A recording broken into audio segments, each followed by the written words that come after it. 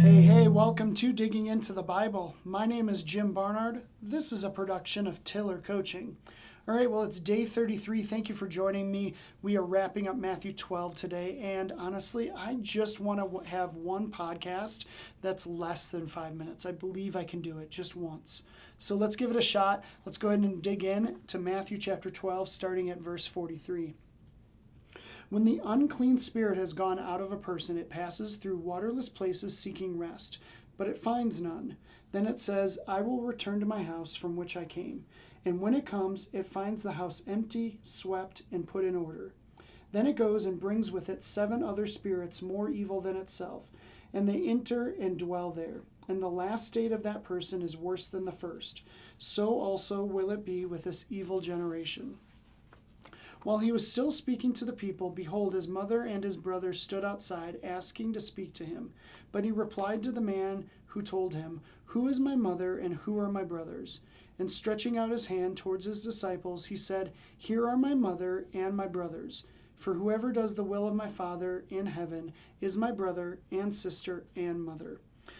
All right, so I'm going to focus on the first half of today's reading. It's such a fascinating and confusing story. So, let's take a look at where we've been. It actually is going to give us a really good clue. The last few days of our study, we've seen that Jesus and the Pharisees are going back and forth. They clearly don't like each other, and they're not on the same team. Jesus has a particular disdain for them. And I can define this disdain in 2 words. Check this out. It's smug and pedantic.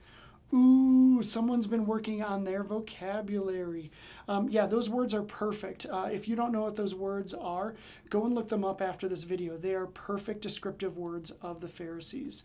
So basically, Jesus is sharing this parable to say that you guys do so much, you are so insistent to look good and to do everything in your own strength. And Jesus just hates it.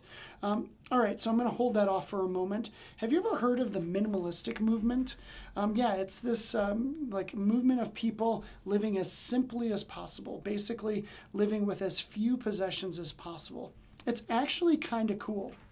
I saw a video of a guy once he's living with 47 items. Like, he's got 47 possessions.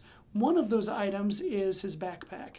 The other 46 items actually can fit into his backpack. He's living very simply. He is the poster boy of minimalism. And he goes around and speaks and writes and shares about the minimalistic movement. And it's pretty cool how he's choosing to do this. He's decided to live under the poverty line. So he lives off of like $11,000 a year. And anything else he makes, he gives away to nonprofit charity. How cool is that? Like, Jesus would be about that. In Matthew 19, he goes and tells this rich young man to go and sell all of his possessions. So we'll see that in a few weeks, but it's just so cool how they're living.